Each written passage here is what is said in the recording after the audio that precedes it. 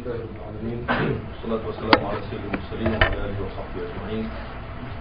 Asyhadu an la ilaha illallah wahdahu la syarika lah wa asyhadu anna Muhammadan abduhu wa rasuluh. Pertamanya saya mengucapkan terima kasih kepada tuan rumah iaitu IIS yang sudi untuk menjadi penganjur bersama dalam program ini. Yang saya hormati Tuan Haji Farul Amin kepada Al-Ahkam.net di atas ucapan aluan yang ringkas dan padat tadi. Kepada Syakirin, Dr. Farouk dan juga sahabat sekalian, alhamdulillah kita dapat teruskan program ilmu kita walaupun di bulan Ramadan. Dan hasil daripada perbincangan bersama dengan sahabat daripada Al-Ahkam dan juga daripada Ustaz Umar Syauqi letak yang kedua, kita buat keputusan untuk mengadakan program mini untuk membicarakan tentang Al-Quran. Dan di bulan Ramadan ini memang bulan Al-Quran, jadi kita pilih untuk membicarakan satu perkara yang lebih bersifat untuk cuba membetulkan sebahagian kekeliruan, iaitu Israeliat yang tanpa kita sedari ada dalam masyarakat. Cuma kadang-kadang sebahagian kita tak tahu itu Israeliat, dan sebahagian pula kadang-kadang keliru dan mungkin mencampur adukkan dengan hadis-hadis palsu ataupun mencampur adukkan dengan kisah-kisah yang berlaku selepas daripada zaman sahabat. Jadi kita fokuskan pada Israeliat, dan saya dalam waktu yang pertama ini akan menceritakan tentang benda asas, iaitu Israeliat, maksudnya, kemunculannya dan juga bagaimana prinsip ataupun pendirian Nabi dan sahabat terhadap Israeliat. Dan Syafi'i insyaAllah akan menyambung, melengkapkan dengan bagaimana berinteraksi dan bagaimana mengenal jenis-jenis Israeliat dan juga bagaimana membuat pendirian terhadap Israeliat. Jadi mungkin ada yang terlintas di hati. Biasanya Abdul Aziz dia cakap tentang hadis, jadi macam mana pula cakap tentang Quran? Jadi siapa tu guru dia? Siapa adakah dia ambil daripada Israeliat ataupun dia ambil daripada Mufassirin? So alhamdulillah, antara nikmat Allah SWT kepada saya berada di Jordan dulu ialah bertemu dengan ahli tafsir, beberapa orang ahli tafsir. Mungkin disebutkan di sini ialah seperti Shu'aib Al-Arnaud, walaupun dia muhaddis tapi dia juga adalah mufassir. Dan kami sempat beberapa tahun belajar tafsir Qurtubi daripada dia. Dan juga satu lagi nikmat Allah kepada kita ialah bertemu dengan seorang mufassir yang bukunya juga banyak di Malaysia, diterjemahkan, iaitu Dr. Salah Al-Fattah Al-Talibi. Dan itu nikmat Allah SWT yang saya amat syukur. Dan melalui beliau lah secara khususnya, melalui dua orang guru ni lah. Dah ada guru-guru lain tafsir, tapi melalui dua orang guru ni lah saya dapat sedikit mengenali Israeliat dan mengenali bagaimana kita nak interaksi. Dan Dr. Salah Al-Talibi secara khusus merupakan seorang mufassir yang sentiasa mengingatkan murid-muridnya bahawa Israeliat adalah satu perkara yang tak boleh dipandang remeh, diabaikan. Mesti ada satu prinsip dan pendirian. Jadi saya tak tahu yang hadir di sini, saya pasti daripada berbagai lapisan, berbagai latar belakang. Jadi mungkin ada yang dah tahu banyak, mungkin ada yang belum tahu. Jadi kita sama-sama insyaAllah lihat daripada awal, iaitu Al-Quran dan Israeliat. Kita lihat insyaAllah. Jadi pertama ialah maksud. Jadi Israeliat ni daripada Israel lah. Israel ni adalah nama lain bagi Nabi Yaqub alaihissalam, Israel. Dan juga disebutkan nama dalam Al-Quran juga Israel. Dan juga Bani Israel, turunan beliau ialah ahli kitab. Jadi kita boleh ringkaskan dengan mudah. Dan Israeliat adalah satu istilah yang para ulama letakkan, dan ulama berbeza pandangan tapi semuanya hampir sama, iaitu kisah dan peristiwa yang datang daripada sumber Yahudi dan Kristian. Itu salah asas. Itu apa sahaja yang bersumberkan daripada ahli kitab berupa kisah-kisah umat terdahulu, disebut kisah ataupun peristiwa ataupun berita, khabar ataupun hadithah, dia kata peristiwa daripada ahli kitab. Dan dari masa ke semasa ulama dalam bidang tafsir meluaskan maksud Israiliyat. Jadi masuk juga dalam Israiliyat kadang-kadang ialah berita-berita yang tak diketahui puncanya, daripada mana juga masuk di situ, yang berkaitan dengan umat terdahulu. Walaupun dia sumber bukan daripada ahli kitab, mungkin sumber daripada luar. So kita gabungkan di bawah istilah Israiliyat supaya mudah untuk dibahaskan. Dan ada juga yang mentakrifkan dengan mudah, iaitu sumber-sumber terdahulu yang tidak diyakini kebenarannya. Jadi bila kita bahagikan sumber dalam mentafsirkan Al-Quran ataupun sumber dalam kisah-kisah dahulu, kita boleh bagi kepada dua: sumber yang diyakini iaitu Al-Quran dan hadis yang sahih, dan sumber yang tidak diyakini iaitu selain daripada Al-Quran dan hadis yang sahih. Jadi Israiliyat termasuk dalam kategori yang kedua. Dan sudah pasti ia diambil daripada Taurat, Injil dan kitab-kitab yang lain. Dan mereka ada buku cerita mereka sendiri dan sebagainya, sebagaimana disebut oleh Syekh Abu Hasan An-Nadawi dalam buku dia tentang sejarah Mada Khasiral Alam Syafat Muslimin, apa yang dunia ini rugi bila muslimin itu mundur. Dalam kitab itu dia ada sebut sumber-sumber rujukan. Dan juga dalam tafsiran surah Al-Kahfi juga tak selasa disebut bagaimana sumber cerita daripada Kristen Yahudi ni. Dia ada sumber khusus tentang kisah-kisah umat terdahulu. Baik, jadi ini maksud dia. Baik, kemunculan dia. Kemunculan Israiliyat dengan mudah kita boleh faham dengan munculnya Bani Israel. Tetapi dalam kes sekarang ni adalah kita bincang Israiliyat dan Al-Quran. Bermula kemunculan dia bersama dengan Al-Quran sudah pasti disebabkan masyarakat ahli kitab itu telah lama bersama dengan orang Arab, dan mereka telah bertukar pandangan dan juga ilmu dan juga sebagainya, termasuklah kisah ini. Dan bila turunnya Al-Quran sebagai wahyu penamat, jadi ahli kitab lebih lagi nak promote buku dia ataupun kisah dia, dan dia lebih nak menunjukkan bahawa dia lebih tahu. Dan ini terbukti dengan soalan-soalan yang nak menguji Nabi, sama ada daripada ahli kitab yang memang tahu maklumat betul atau ahli kitab sengaja nak uji Nabi. Soalan-soalannya kalau kita baca dalam tafsir dalam hadis, kita akan lihat soalan-soalan tentang, contohnya, apakah makanan pertama ahli syurga, ditanya kepada Nabi, nak tes Nabi ini betul-betul Nabi akhir zaman yang telah diberitakan ataupun bukan. Jadi dan juga satu lagi ialah tentang ini akan dihuraikan lagi oleh Ustaz Syauqi insya-Allah dalam tentang kerja dia, iaitu sebahagian daripada ahli kitab yang khususnya ialah yang mengetahui tentang kitab mereka telah masuk Islam. Jadi ini lebih menambahkan lagi kemunculan dia. Maksudnya bila dia masuk surah Abdullah bin Salam ataupun Ka'ab al-Ahbar, semua ni masuk dan ceritakan apa yang dia tahu.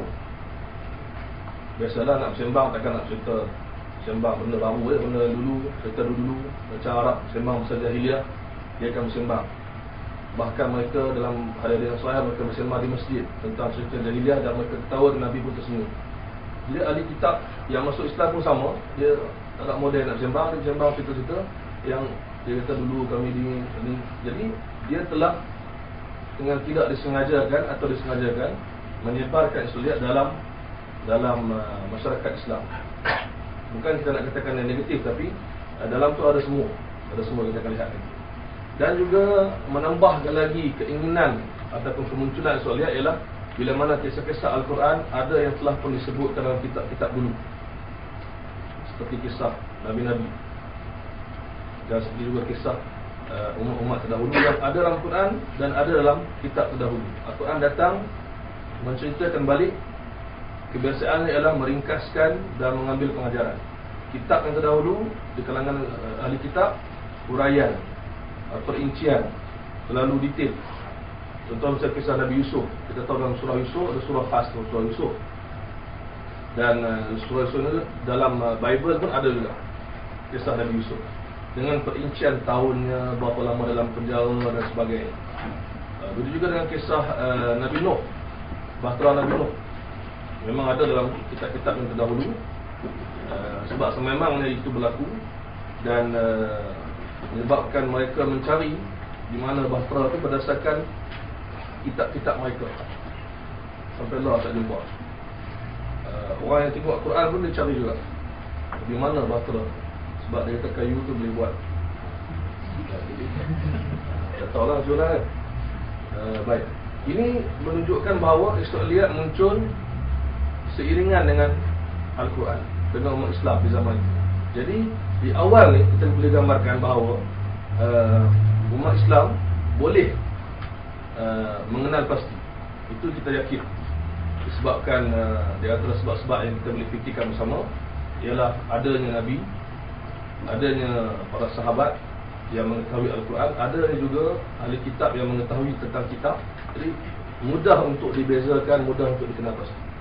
Masalah sekarang pada zaman kita. Baik. Satu benda yang perlu tegaskan ialah Israeliat adalah sumber yang tidak diyakini. Ini benda yang kita perlu tegaskan selalu. Sebab pertama ni ialah sumber yang gaib, hanyalah daripada wahyu. Dan alam gaib bukan hanya semata-mata alam yang tak kita nampak, tapi gaib juga ialah ghaibul madhi, iaitu al-ghaibul madhi, yang gaib yang telah berlaku. Sebab tu gaib ni ada banyak. Benda gaib ni yang telah berlaku pun gaib juga, sebab kita tak dapat pesan dengan panca indera juga. Dah berlaku. Gaib yang akan datang sama juga, belum kita temui. Gaib yang sekarang yang ada, yang kita tak nampak pun ada. Jadi benda gaib semua ni hanya Allah yang tahu. Kita beriman dan kita ambil sumber daripada wahyu, sama ada wahyu menurut Al-Quran atau wahyu menurut As-Sunnah, hadis. Dan yang kedua, ahli kitab tidak amanah, tidak fit untuk kita jadikan sebagai satu sumber yang kita percayai. Sebabkan banyak kesilapan yang mereka buat, jatuh kredibiliti dia, tak dapat kita percaya langsung. Sebab dia mampu mengubah apa sahaja. Dalam kerja yang kita akan email kepada setiap yang mendaftar, saya sertakan beberapa ayat yang menjelaskan bagaimana ahli kitab tak boleh kita percaya. Yuharifuna al-kalima an mawadhi'i, dia ubah tempat-tempat wahyu, ayat-ayat wahyu. Kemudian dia sebut fawailul lil ladzina yaktubuna al-kitaba bi aydihim, celakalah bagi mereka ahli kitab yang menulis kitab itu dengan tangan mereka. Thumma yaquluna hadza min 'indillah, kemudian mereka kata inilah daripada Allah. Kemudian Allah sebut lepas tu fawailul lahum mimma katabat aydihim, celaka mereka di atas apa tangan-tangan mereka tulis. Fawailul lahum mimma yaksibun, celakalah apa yang mereka lakukan dalam usaha. Jadi bila mereka tidak amanah terhadap wahyu Allah, kalam Allah, apatah lagi pada kisah-kisah yang mereka ceritakan kepada kita. Tapi ini bukan bermakna kita tolak sepenuhnya. Dari segi prinsip kita sebagai prinsip pengkaji ilmu, kita menegaskan bahawa dia tak amanah, tetapi ada kemungkinan kisah tersebut benar. Sebabkan kita yakin dalam kitab-kitab yang ada sampai hari ini pun, kitab suci, ada yang benar dan ada yang dikosongkan dan diubah. Jadi kita tak tolak sepenuhnya, tapi kita meletakkan keraguan yang amat besar bila mana ahli kitab berbicara tentang alam yang telah lalu ataupun zaman yang telah berlalu, kemudian dia sebutkan perinciannya sebagainya yang kita tak dapat pastikan. Maka ini kita perlu cek. Ini konsep ni sama dengan konsep dalam hadis, dan sama ni konsep dalam kajian apa sahaja tu. Kita tak boleh percaya kalau ada banyak sangat keraguan pada yang menyampaikan. Jadi ini satu kaedah yang cukup penting. Sebab nanti kita akan cerita ataupun boleh cerita sekarang, ada sebahagian yang mungkin keliru, yang bertanya kenapa kalau sumber Israeliat ni sumber yang tidak diyakini sepenuhnya, kenapa ia wujud dalam buku tafsir? Kenapa dia masuk? Ada yang sebut tasarrabat, maksudnya dia menyerap masuk, menyelinap, seolah macam di musuh dan timur. Sebenarnya dia ada banyak kes. Ada setengah mufassir yang sengaja masukkan dalam keadaan dia tahu. Ada setengah mufassir masukkan dalam keadaan dia nak jadikan hujah. Tapi ada mufassir yang masukkan seperti Ibnu Katsir rahimahullah, ulama tafsir yang terkenal di kurun ke-8, Ibnu Katsir dia masukkan sebagai istiqnas Cik Nahas saja nak cerita sampingan maklumat tambahan. Dia dah beritahu awal dalam mukadimah tafsir dia. So dia bukan seperti mufassir lain yang just masukkan sahaja, tapi dia memilih beberapa Israiliyat untuk menambahkan maklumat saja, bukan untuk menjadikan dia sebagai tafsiran utama, dan dia memberi ulasan. Kita akan lihat nanti. Dan yang ketiga, sudah pasti tidak semuanya bohong dan tidak semuanya benar. Ini kaedah yang cukup jelas. Kurang-kurangnya seorang Muslim perlu ada prinsip yang kita panggil tawakuf pada isu-isu yang dia tidak tahu, dia tidak pasti. Prinsip tawakuf ni adalah sebahagian daripada ilmu, bukan menunjukkan kejahilan. Mengatakan saya tidak tahu, tidak pasti dan stop di situ, itu satu nilai ilmu. Sebab tu ada menyebut bahawa bila ulama terdahulu kata dia tak tahu, itu adalah ilmu. Maksud dia mengajar kita bahawa sebahagian daripada ilmu ialah mengatakan tidak tahu dan tidak pasti. Sebab tu bila kita tahu dalam Al-Quran, bila Allah sebut ada orang bertanya tentang roh, bertanyakan Nabi tentang roh, maka Allah suruh sebut qul ruhu min amri rabbi wa ma utitu min ilmi illa qalila. Katakan roh itu urusan Tuhanku, dan kamu manusia hanya diberikan ilmu yang sedikit saja. Jadi kadang-kadang kita kena sampai tahap kita kena akui tidak ada jalan untuk kita mengetahui benda tersebut. So, ini benda yang kadang-kadang tak ada dalam manhaj pemikiran sebahagian masyarakat terhadap kisah-kisah terdahulu. Menganggap bahawa semua kisah yang disebut adalah benar dan nak sangat ia benar. Nak sangat benar tu betul. Maksudnya bila tahu kisah-kisah ini menarik, penuh dengan perincian, telah pun digunakan zaman berzaman, dia nak benda tu betul. Tapi kita bila kita wallahu alam, dia tak boleh terima. Sebab dia anggap bahawa manhaj ilmu ialah benar atau salah. Dua. Ini sama dengan geng-geng yang kata kebenaran hanya satu. Setelah ada 4 akwal mazhab, dia kata mesti satu je betul, 3 salah. Ini konsep yang salah. Sebab dalam mazhab fiqh, sebagaimana yang belajar fiqh tahu, kadang-kadang 4 betul, mengikut keadaan. Semua betul. Dan memang itu yang kita yakini pun semuanya betul. Takkanlah kita nak kata Imam Malik tak betul, Imam Syafi'i betul, atau Imam Syafi'i salah, Imam Ahmad betul. Dia bukan soal betul salah, tapi kebenaran. Ada orang yang bawa satu kebenaran hanya satu kebenaran, ini salah. Macam ni juga kita kata kebenaran, benarnya 2, betul atau salah. Yang tengah-tengah tak ada. So kita kata yang tengah-tengah ada. Contoh yang soal lihat ialah kita tawakuf. Kita tahu Allah Alam, kita tak tahu. Tidak ada keyakinan pada kita. Sebab tu dalam kisah Ashabul Kahfi pun tak dijazamkan banyak benda. Tak dijazamkan banyak benda, dan Allah mengajar kita bahawa ada benda yang lebih penting daripada benda tersebut. Baik. Ada hubungan yang amat rapat antara Israiliyat dan kisah-kisah Al-Quran. So ini kita tak nafikan, sebab Israiliyat ialah berita, khabar, kisah. Jadi sekarang ni, kalau kita melihat kepada kisah Al-Quran dan kita bandingkannya dengan Israiliyat, di sini satu benda yang kita perlu yakini bahawa ada perbezaan, yang ada garis antara keduanya yang kita kena sentiasa bawa ke mana-mana. Pertamanya, kisah sama pada dasarnya. Ini kita akui wujudnya kisah macam kita kata tadi, yang sama pada dasarnya, yang tak berbeza pada asalnya. Itu ada juga kisah yang tak ada kan. Tapi pada perinciannya tidak. Bermakna tak akan sama kisah dalam Al-Quran, cara ia dibawa dalam Al-Quran dan cara ia dibawa dalam Israiliyat tak akan sama. Memang tak akan sama. Kita tengok macam mana sudut pun tak akan sama, disebabkan Israiliyat mementingkan perincian dan Israiliyat menumpukan kepada keganjilan dan penjelasan. Maksud dia nak betul-betul, dan benda yang betul ni banyaknya ganjil. Keganjilan ni lah yang kita sedih bila masyarakat kita kadang-kadang nak benda yang pelik dan ajaib, baru dia akan consider ini memang kisah yang benar. Kalau kisah tu biasa, itu mungkin itu tak best, tak ada nilai. Macam cerita, dia tengok cerita TV kan? Dia tengok cerita pasal peperangan biasa, guna senapang, guna pedang, dia kata biasa.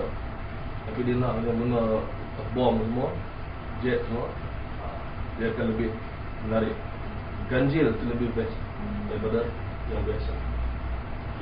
Bukan masuk dalam ganjilan, tak ada kisah yang benar, tapi kebiasaan saya menumpukan pada benda tersebut. Dan mengetengahkan benda tu lebih daripada Al-Quran. Al-Quran pengajaran, Al-Quran ada kitab pengajaran. Kita semua tahu bahawa kisah Al-Quran diturunkan kebanyakannya tak bermula daripada awal, bermula tengah-tengah. Tiba-tiba ada kisah, dan kebanyakannya juga tak habis pun. Kisah yang tergantung, tak tahu apa yang berlaku. Bila raja perempuan negara Sabah yang disebut dalam Israiliyat sebagai Balqis datang ke tempat Nabi Sulaiman dan melihat kehebatan Nabi Sulaiman dan kerajaan dia, habis dekat tu dia. Tak ada serta dia kahwin pun. Cerita tak habis dia bagi. Macam film TV juga tak habis. Tergantung, mungkin ada sambungan. Dan juga kisah Yusuf, Nabi Yusuf dengan isteri pemimpin Mesir yang Israiliyat menamakannya Zulaikha ataupun Zalikha. Dia kata habis begitu je, tak tahu jadi apa. Dia dah terdedah penipuan dia, kewadaan dia. Raja pun tak tahu siapa yang benar, siapa yang salah. Yusuf menjadi pemimpin dan bertemu dengan keluarganya kembali, habis. Tak tahu Zalikha ataupun Zulaikha ni pergi mana. Dia gila ke, dia menikah ke, dia buat apa, kita pun tak tahu. Ya. Itu kita tahu, Haji Kini kata langkat kahwin semua ada. Jadi kalau anak tu seperti Yusuf dan Zulaikha. Ya. Dan juga kisah-kisah yang pada awalnya tak ada, tiba-tiba ada. Macam kisah Nabi Nuh. Nabi Nuh terus tiba-tiba dia berdakwah kepada kaum dia. Sebelum tak tahu apa jadi, macam mana. Dan selepas kesadai, selepas banjir itu pun tak tahu macam mana. Dan itu kisah Al-Quran. Sebab itu kisah Al-Quran dia tak boleh disamakan dengan Israiliyat sama sekali. Israiliyat menumpukan kepada awal dan akhir, perincian, kisah, babak demi babak.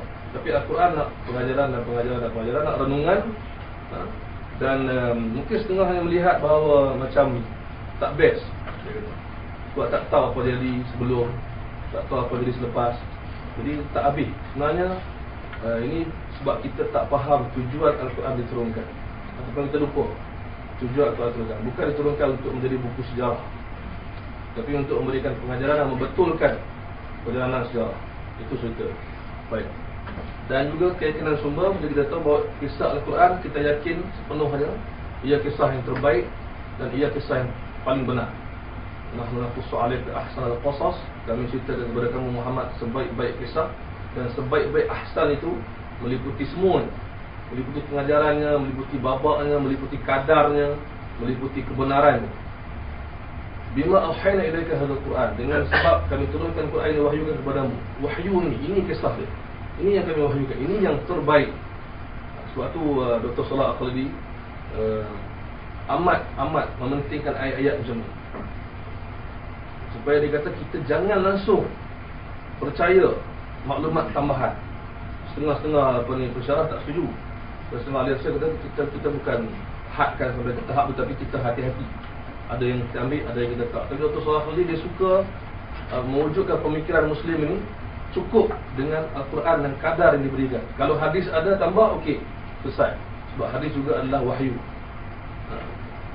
Tapi kalau lebih daripada tu, dia kata itu cukup. Itu bukan lagi yang terbaik. Kemudian Allah sebut juga dalam tu, wa in kunta min qabli laminal ghafilin. Wahai Muhammad, walaupun kamu sendiri sebelumnya tidak mengetahui. Nabi pun tidak ada jalan untuk mengetahui kebenaran kisah tersebut, mereka hanya daripada Al-Quran. So keyakinan sumber ini dan juga benda yang begini perlu kita letakkan garis di tengah. Sebab kita tak boleh ceritakan. Sebab tu Syekh Ahmad Syakir dalam komentar dia dalam Umdatul Tafsir yang diringkaskan Ibnu Katsir, dia kata tidak mengapa kalau kita nak cerita Israiliyat bagi dia, tapi meletakkannya sebaris dengan Al-Quran, sehingga menyebabkan semua orang percaya ia sama taraf dengan Al-Quran. Ini satu dia kata kita membenarkan. Dan Nabi jangan kata betul, jangan kata salah. So kita dah salah sebab kita letak setaraf di sebelah. Sebab tu bahaya bila kita baca terjemahan. Bukan bahaya, tak boleh baca lah, tapi berhati-hati bila kita baca, supaya Allah ada orang takab. Itu bahaya kalau baca terjemahan. Hati-hati sebab terjemahan kadang-kadang ada banyak kurungan. Kurungan-kurungan tu kadang-kadang ada Israiliyat. Dia meletakkan sebaris. Kalau letak footnote tak boleh. letak dalam kurungan. Dia kata apa tu? Dan wanita itu menggoda Yusuf. Wanita itulah kurungan Zulaikha. Contoh dia bagi. Ataupun anak Nabi Adam. Dan beritakanlah watlu alaihim naba abnai Adam bil haq. Beritakanlah kepada mereka wahai Muhammad kisah dua anak Adam dan kurungan Habil Qabil.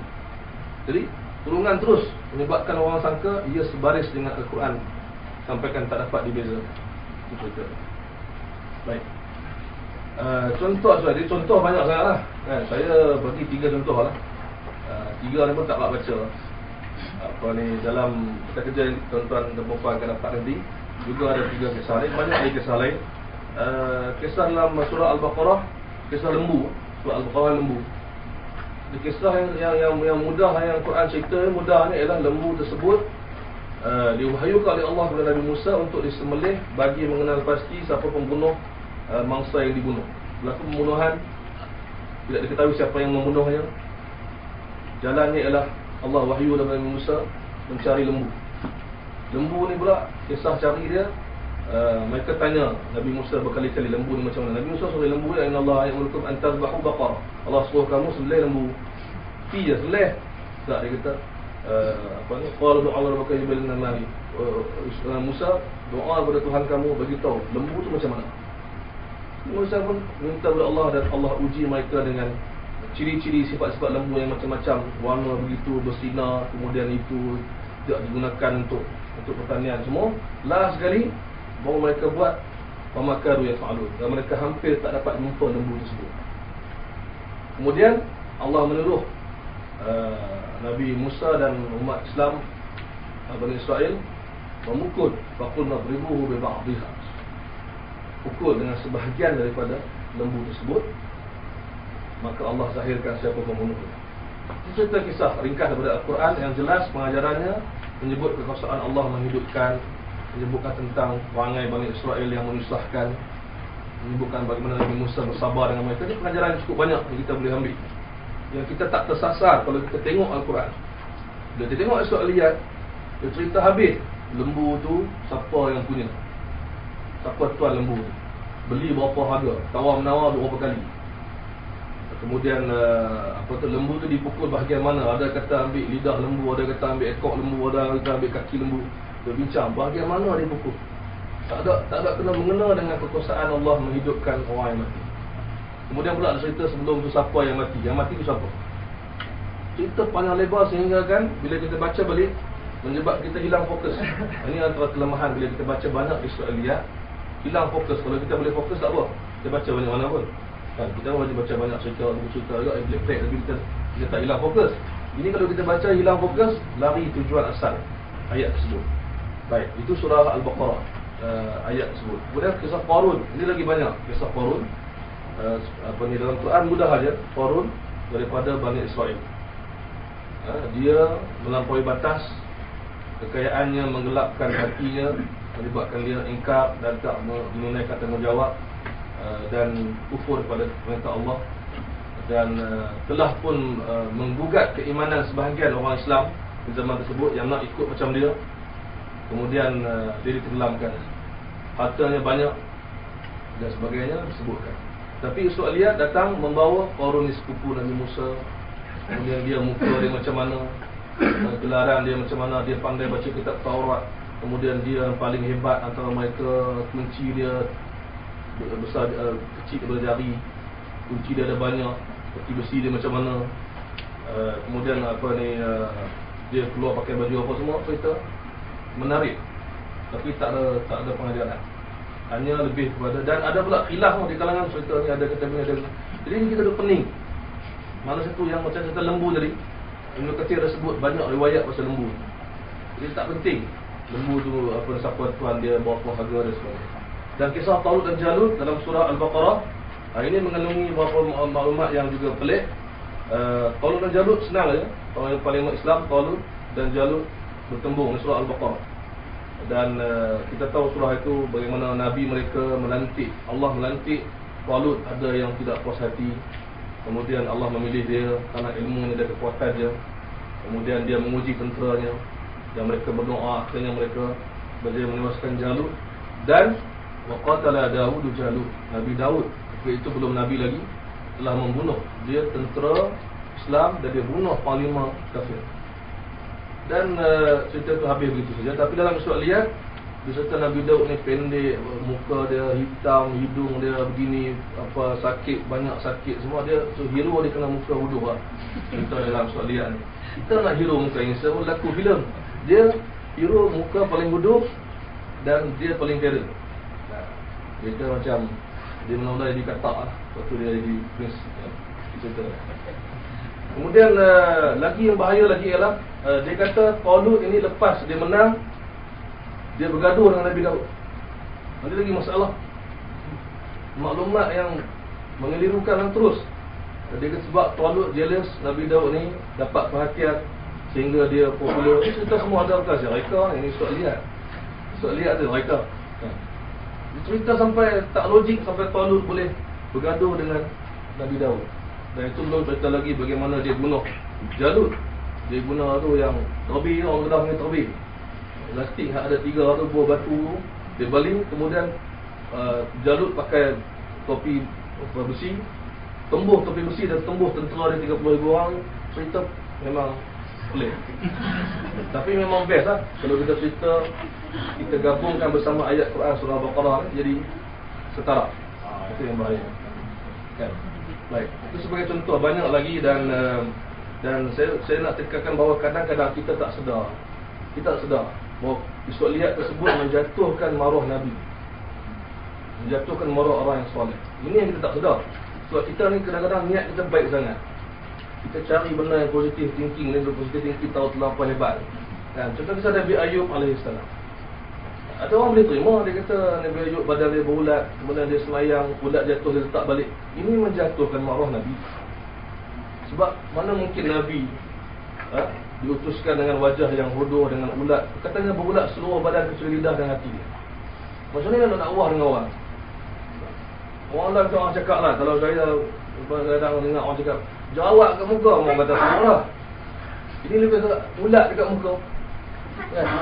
Kita kadang-kadang muka kita gelap sikit, kan orang fikir ustaz ni buat muka gelap. Itu macam mana kalau Nabi ada ulat seluruh badan. Ulat tu pula dia angkat letak balik, kemudian dia dakwah kepada orang. Jadi semua orang kata tak apa ustaz, ini kita boleh terima. Ini masalah, kita terlalu kan? Setakat yang menjatuhkan maruah seorang Nabi, kita tak sedar. Dan juga seperti mana kisah-kisah lain, dan kisah dia menyalahi, terus menyalahi kisah tersebut. Contoh macam Nabi Nuh. Baru pagi tadi Imam Mekah baca surah ni, cerita Nabi Nuh, surah Hud dia baca. Dia ceritakan bila Nabi Nuh ajak anak dia naik kapal semua.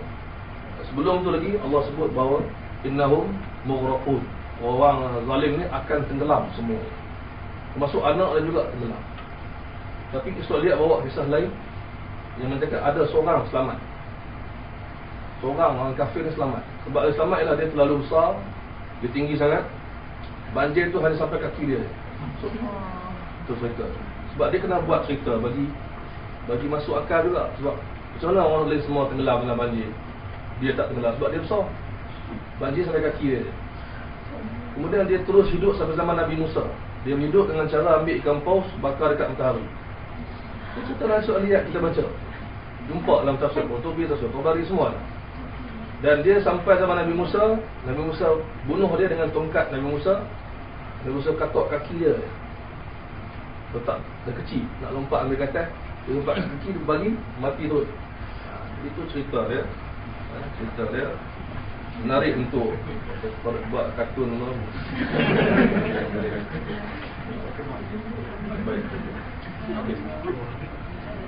Dan kita juga ingin melihat apakah sikap Rasulullah SAW ketika mana baginda melihat Surah Al-Liat ini tersebar dalam masyarakat. Bukan maksud tersebar macam mana, maksudnya ialah baginda mesti memberikan panduan juga. Sebab para sahabatnya ada yang dah tahu, ada yang baru masuk Islam, ada yang mungkin terpedaya dengan sebab orang ahli kitab dia suka nak menipu dan sebagainya. Jadi ada beberapa hadis, saya pilih 2 hadis yang paling popular. Dua-duanya riwayat Bukhari. Jadi saya ada masukkan lafaz Arabnya dan semuanya dalam kita kerja nanti insya-Allah semuanya ada. Seringkas jadi ialah hadis pertama ialah yang tuan kami sebut tadi, iaitu balighu anni walau ayah wa hadithu an bani Israil wala haraj. Ceritakanlah tentang Bani Israel dan wala haraj, dan tidak menjadi kesalahan, tak menjadi satu benda yang masalah. Tak cerita.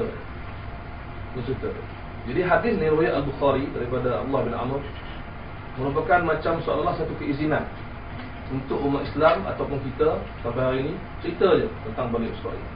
Tapi bila kita melihat huraian ulama hadis, mereka meletakkan pelbagai maksud. Dan dalam kata kerja yang saya akan emailkan nanti, yang pengajar akan emailkan, saya letakkan pendapat Imam Asy-Syafi'i yang menyebut bahawa ceritakan tentang Bani Israel perkara yang kamu yakin ia tidak bohong. Bukan yakin ia benar, tapi perkara yang kamu nampak ia bukan pembohongan. Maksudnya berita yang tak pasti, tapi yakin bahawa ia bukan pembohongan. Maksud ada berita-berita Bani Israel ni yang cerita-cerita yang memang confirm bohong, confirm tak betul, jangan sebut, kata Imam Syafi'i. Imam Malik pula kata cerita tentang Bani Israel benda yang kamu pasti saja. Dan juga Imam lain. Dan ada pembahasan dari segi bahasa. An tu maksudnya apa? Tentang ke, mengenai ke, daripada ke. Jadi ada setengah yang kata, ulama kata maksud al itu adalah ceritakan tentang Bani Israel apa yang Allah ceritakan kepada kamu. Maksudnya bila Allah cerita dalam Quran, memang Bani Israel penuh dalam Al-Quran, keengganan mereka, penentangan terhadap Nabi, mereka membunuh Nabi. So kisah-kisah yang menyebabkan umat Islam rasa tak tergamak nak cerita. Sebab Bani Israel cakap macam-macam. Macam apa? Lan nu'mina laka hatta narallaha jahrah, kami takkan beriman kepada engkau wahai Musa sehingga kami nampak Allah terang-terang depan kami. Jadi orang Islam yang pada hari itu rasa susah nak cakap benda tu, tak tergamak nak ucapkan benda yang teruk sangat. Jadi Rasulullah kata wala haraj, tak apa, sebut saja apa yang ada dalam Al-Quran, sebutkan sahaja, tak mengapa. Jadi banyak sangat huraian, dan tidak ada pun yang menyebut bahawa kita mesti ambil apa sahaja daripada Israiliyat. Itu hadis yang utama. Hadis yang kedua ialah yang lebih jelas, bila mana Abu Hurairah meriwayatkan dalam Sahih Bukhari dan lain-lain lagi, bahawa ada sebahagian Yahudi, ahli kitab dan Yahudi Kristian yang membacakan Taurat dalam bahasa Ibrani dan menterjemahnya dalam bahasa Arab kepada orang Islam. Nampak? Ini jelas. Abu Hurairah kata bahawa memang terdapat sebahagian ahli kitab mengajar sebahagian orang Islam apa yang ada dalam Taurat. So ini lagi bahaya. Sebab mereka dengar je, entah betul, entah tidak, entah tafsiran itu betul ataupun tidak. Maka Rasulullah menyebut jangan percaya, jangan ambil. La tusaddiquhum, jangan kata betul, jangan percaya. Wala tukadzibuhum, dan jangan kata dusta. Maksudnya pada asasnya ini sikap kita. Allahu a'lam. Yang kata betul, yang kata salah, kecuali yang kita yakin saja. Dan Nabi suruh umat Islam menyebut ayat Quran, iaitu qulu amanna billah wa ma unzila alaina. Sebutlah bahawa kami beriman dengan Allah dan dengan apa yang Allah turunkan kepada kami. Seolah-olah kata ulama cukup dengan Al-Quran saja. Kalau ada dalam kisah tersebut sama dengan Al-Quran, kata. Kalau ada yang tak ada langsung, Allahu a'lam. Kalau ada yang bertentangan, tolak. Jadi ukuran utama adalah Al-Quranul Karim. Cabut ni. Apa tu tanda tu? Saya melihat jam. Sikit lagi. Dan para sahabat juga ini timbul satu masalah di kalangan pengkaji Israiliyat atau tafsir. Sebab kita yakin dan kita percaya siapa saja yang baca tafsir akan jumpa bahawa Israiliyat ni banyak juga datang daripada sahabat. Sama ada sahabat tu yang asalnya alim ahli kitab yang masuk Islam, atau sahabat yang terkenal dalam tafsir seperti Ibnu Abbas, Ibnu Umar, atau sebagai Abu Hurairah atau sebagai Allah bin Amr. Jadi saya pernah secara peribadi pernah telefon Dr. Salah Al-Khalibi. Masa jumpa dia tak tanya, masa dia tak jumpa baru teringat nak telefon. Jadi saya telefon dia satu hari dan dia angkat. Saya kata dia doktor, satu kita tengah pening, tengah keliru. Sebab kita baca tafsir semuanya ada asal usul. Kisah-kisah lihat ni semuanya ada sanad asal usul daripada sahabat atau tabi'in atau. Jadi saya kata maknanya kisah ni okey ya. Sebab disebut oleh sahabat, disebut oleh tabi'in, oleh ulama tafsir. Saya tanya Dr. Salah, dia kata doktor kenapa jadi begini? kenapa Ibnu Abbas, Ibnu Umar, kenapa Hasan Basri, Tabi'in, kenapa mereka ni yang cerita benda ni? Jadi dia tanya saya balik, adakah benar mereka yang cerita? Itu jawapan dia. Dia tanya saya balik. Dia kata, terima kasih. Saya segal lah. Dia macam, saya tak syok lah, macam sibuk. Sebenarnya itulah jawapan dia. Macam mana kita boleh pasti itu Ibnu Abbas kata benda tu? Memang disebut berkata Ibnu Abbas, tapi dalam kajian hadis, kajian tafsir, kita kena buktikan benar-benar ia datang daripada Ibnu Abbas. Berkata Mujahid. Mujahid mana? Mujahid bin Jabal ke Dr. Mujahid? Contoh. Jadi contohlah kita buat. Berkata Hasan Basri. Hasan Basri mana?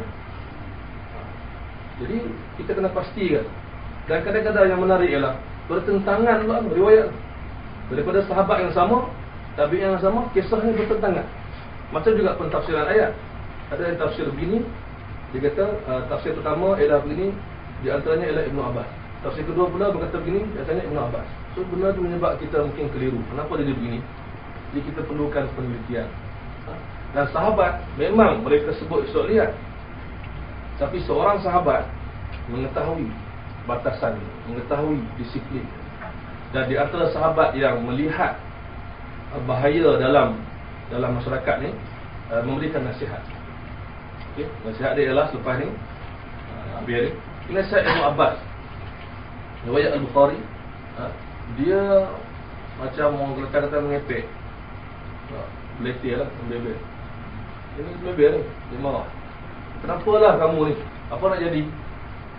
Kan? Sebabnya ialah dia melihat sebahagian umat Islam sibuk pergi tanya ahli kitab.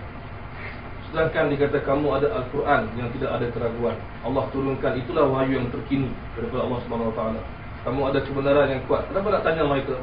Allah ceritakan pula mereka ini orang yang telah buat macam-macam kesalahan, jenayah ilmiah, kesalahan akhlak, kesalahan pemikiran dan iman.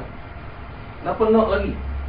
So Ibnu Abbas hairan, kenapa ada orang Islam yang percaya bulat-bulat? Itu maksud dia. Bukan maksud tak boleh bincang. Maksud percaya bulat-bulat, pergi tanya pula. Bila pergi tanya, kita lemah, kita pergi tanya dia pula. Dan Ibnu Abbas akhiri dengan, dia kata, demi Allah, aku tak melihat seorang pun daripada mereka datang tanya kamu. So ini lagi teruk. Kita yang sibuk pergi jumpa, tanya baik, dia buat tak tahu je, tak tanya kita. Bermakna dia memang berjaya menyebabkan sebahagian orang Islam bergantung penuh kepada apa yang dia beritahu. Dan dia tak perlu tanya orang sebab dia tak percaya pada Al-Quran. Dan orang Islam pula nampak lekeh. Tak ada orang tanya kita.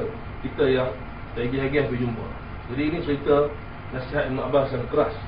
Walaupun Ibnu Abbas sendiri menyebut Israeliat, maksudnya dia sebut dalam keadaan yang tertentu yang dibolehkan, dan dia sendiri Ibnu Abbas. Tapi ada sebagian murid dia yang tak macam dia, pergi percaya dan ambil sepenuhnya. Ini satu benda yang kita kena jadikan sebagai manhaj. Dan yang kedua ialah nasihat Ibnu Mas'ud yang lebih jelas. Jangan tanya pada ahli kitab. Ibnu Mas'ud cakap senang. Mereka dah sesat dah. Macam mana dia nak bagi hidayah kepada kamu? Macam mana ahli kitab boleh jadi sumber maklumat sedangkan dia sendiri sesat? Itu maksud Ibnu Mas'ud, nak mempertikaikan kedudukan amanah yang tidak ada pada ahli kitab. Dan dia berikan satu benda yang cukup cantik. Akibat percaya kepada Israeliat, kemungkinan kamu akan mendustakan kebenaran, kemungkinan kamu akan membenarkan kebatilan. So inilah hasil dia kalau kita tak ada filter, penapis maklumat.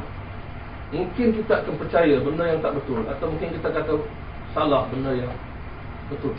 Macam juga hadis sama je dari segi aspek ni. Kalau kita tak peduli apa hadis yang kita sebut, apa hadis yang kita cakap dengan orang, apa yang kita cakap, kita jadi orang yang mungkin akan menyebarkan benda yang palsu dan orang menyangka ia benar. Sebab kita semangat cakap sabda Rasulullah, orang akan dengar. Dan mungkin dalam masa yang sama, yang sahih pula kita nafikan sebab kita tak tahu. Sebab tu saya pernah jumpa saya peribadi dengan seorang yang belajar agama secara formal. Dia kata, apa pandangan anda tentang hadis doa jawab azan? Dia kata doa Allahumma rabb hadhihi da'wati tammah. Dia kata ada unsur Syiah. Saya kata Allahu Akbar. Saya kata, anda tahu ke hadis riwayat siapa? Tak tahu. Ini riwayat Bukhari. Bukhari. Dia tak tahu, dia tengok dia terlalu hebat mengkaji teks tu. Sampai dia tak peduli datang dari mana dia. Oh, ini ada Syiah. Itu sini orang. Kalau jangan orang allergic dengan nombor 12. Contoh, dalam Quran ada banyak juga 12. Apa 12 bulan setahun. Dalam Quran yang asal syarat bulan ada cerita pasal fadrat mufata asata'ina, Nabi Musa pukul batu keluar 12 air mata patah 12. So kalau orang tu dia terlampau tak ada satu panduan yang jelas, dia terus pergi pada teks, so mungkin dia silap, mendustakan kebenaran ataupun membenarkan kebatilan. Dan di akhirnya saya sebut di sini sikit adalah apa sikap ahli tafsir. Ini untuk saya sebutkan untuk disambung oleh Ustaz Syafil ni, ialah seringkas saya sebut, kita tak nafikan bahawa buku tafsir merupakan sumber Israiliyat. Mereka lah, buku-buku ni lah yang menjaga supaya sampai kepada kita. Kita kena terima kasih lah, sebab ia terpelihara dalam buku tafsir. Tetapi kita lah yang salah, sebab imam-imam tersebut ada sebab musabab kenapa dia nak sebut Israiliyat, dan dia sebut dengan cara yang betul, teknik yang betul, huraian ulasan-ulasan yang bernas. Seperti contoh imam-imam seperti Al-Tabari, disebut hari itu dalam seminar itu bahawa Al-Tabari memang menyebut Israiliyat dengan lengkap, asal usul sumber yang ditemui, dan dia memberi ulasan beberapa Israiliyat yang dianggap perlu diulas. Saya cakap ini semua cerita yang tak pasti, kita tak payah ni pun tak apa, ada ulasan yang penting. Jadi kita tak nafi bahawa semua buku tafsir ada Israiliyat, sikit atau banyak, sikit atau banyak. Walaupun tafsir yang mengatakan dia tak nak letak Israiliyat pun, dia akan termasuk juga sebuah sikit Israiliyat. Sebab tu bila kita baca satu buku, saya cadangkan satu buku yang bertajuk Qasas Quran ni, kisah Al-Quran daripada Rasulullah Al-Khalidi. Saya rasa dah terjemah kot, yang 4 jilid. Dia buat buku ni lah satu-satunya buku yang saya rasa tak ada langsung Israiliyat. Sebab Rasulullah Al-Khalidi dia letakkan syarat pada diri dia, buku dia tak akan ada Israiliyat. Bukan buku tafsir, tapi buku kisah para Nabi. Buku kisah para Nabi pun kena jaga juga. Sebab contoh macam kisah Nabi, kisah Qasasul Anbiya Ibnu Katsir tu, so dia bukan sebenarnya, Ibnu Katsir tak ada buku nama Qasasul Anbiya. Buku tu diambil daripada Bidayah wa Nihayah, dicetak dengan nama Qasas Al-Anbiya. Itu contoh dia, atas tujuan promosi, duit ke apa, wallahu a'lam. Jadi kita sangka bahawa Ibnu Katsir ada sebut buku, dia tak ada. Dalam buku tu Ibnu Katsir, Bidayah wa Nihayah, kita tahu bahawa dia mana hari dia nak sebut semua. Nama dia pun daripada awal sampai habis, Bidayah wa Nihayah. Jadi sudah pasti dia akan sebut Israiliyat. Ya. Dan kisah para Nabi yang dibawa doktor-doktor lain pun sama juga. Dr. Solah seorang yang setakat yang saya tahu, dia langsung tak nak sebut. Bukan dia kata tak betul, dia tak nak sebut. Sebab dia nak kekalkan pembaca dengan nas Quran dan hadis sahih sahaja. Itu standard. Dan untuk maklumat semua, Dr. Solah Al-Khalidi dia ada buat, dia ada ringkaskan tafsir-tafsir yang besar untuk asingkan daripada Israiliyat. Dia ringkaskan Tabari, dia ringkaskan Al-Kashaf Al-Masyari, Ibnu Katsir, dia ringkaskan. Dan dia juga ada buat komentar yang amat baik tentang tafsir Sayyid Qutb. Sayyid Qutb adalah tafsir yang paling kurang menyebut Israiliyat, tapi ada. Tapi dia memang ulasan dia setakat ni memang menarik, sebab dia mengekalkan. Sebab tu bila Dr. Solah buat tesis PhD dan master tentang Zilal Quran, baru dia dapat betul-betul. Dia dapat bagaimana Sayyid Qutb. Dan saya kecewa juga baca setengah tulisan internet kata Sayyid Qutb ni bukan ahli tafsir. Dia dah sebut pandangan non-scholar tu. Dia kata dia ada, bahkan ada juga pensyarah yang saya nak kelakar juga lah, tapi mungkin pandangan dia. Dia kata ini bukan tafsir, ini fi Zilal Quran, di sebalik, di bawah naungan Al-Quran. So dia bukan tafsir, di bawah naungan. Dia tak faham apa maksud di bawah naungan ni. Quran tu kan, tafsir lah tu kan. Jadi itu payah tu. Jadi bila kita mungkin dia allergic dengan Sayyid Qutb atau ya. Baik. Dan bawah tu ialah saya sebutkan juga dua cara digunakan oleh ahli tafsir, saya ringkaskan, iaitu ada ahli tafsir yang menggunakannya untuk mentafsirkan ayat, ada yang menggunakannya untuk maklumat tambahan. Ini kita kena sebutkan sebab jangan kita mudah mengatakan bahawa imam-imam tafsir ni guna Israiliyat untuk tafsir Quran. Tak mesti. Disebut ada sebab, disebut sekadar maklumat tambahan, disebut sekadar, ada yang sebut untuk menyatakan kebatilan, ada. Disebut juga, dia kata ada riwayat ni contoh macam apa? Kisah yang sebut Nabi Daud yang tengok perempuan mandi. Perempuan mandi. Nampak perempuan mandi. Ada kan? Jadi masuk dalam tu. Dia ceritakan oleh ulama tafsir untuk menyatakan ini salah, ini tak betul. Tapi kita tersilap kata ini ada dalam tafsir. Itu cukup bahaya. Ada disebut dalam tafsir tidak bermakna ia disokong oleh penulis tersebut. Sama juga dengan hadis, adanya hadis dhaif dalam buku tertentu bukan bermakna penulis itu sokong, bahkan ada ulasan. Ini sama juga macam dalam siapa yang belajar hadis Salat Usul, iaitu kitab As-Siqah Imam Ibn Hibban. Nama kitab itu ialah orang-orang yang siqah, perawi. Tapi ada nama Ibn Hibban sebut sahaja, dia tak kata siqah, dia sebut. Jadi ini kita kena hati-hati bagaimana ia disebut oleh penulis asal. So saya setakat itulah saya nak bincangkan sejam. Dan Ustaz Syafiq akan bertanya lepas ni, dan saya dan dia telah setuju untuk soal jawab selepas dibentangkan kedua-dua, dan kita akan adakan soal jawab selepas dalam sejam insya-Allah. So saya akhirnya nak menyatakan bahawa amat penting bagi seorang Muslim zaman ini mengenal pasti ataupun cuba untuk mengenal pasti garis pemisah antara nas Al-Quran dan hadis dan juga Israiliyat. Yang akan diuraikan oleh Ustaz Syafiq ini, apakah cara-cara yang praktikal untuk kita cari garis pemisah tersebut, kerana terlalu banyak benda yang berbahaya. Kemungkinan besar seperti kata Ibn Mas'ud tadi, kita akan membenarkan kebatilan dan mendustakan kebenaran. Allahu a'lam. Saya mohon maaf kalau ada salah dan silap. InsyaAllah kita jumpa dalam soal jawab akhiri dengan tasbih. Subhanallah.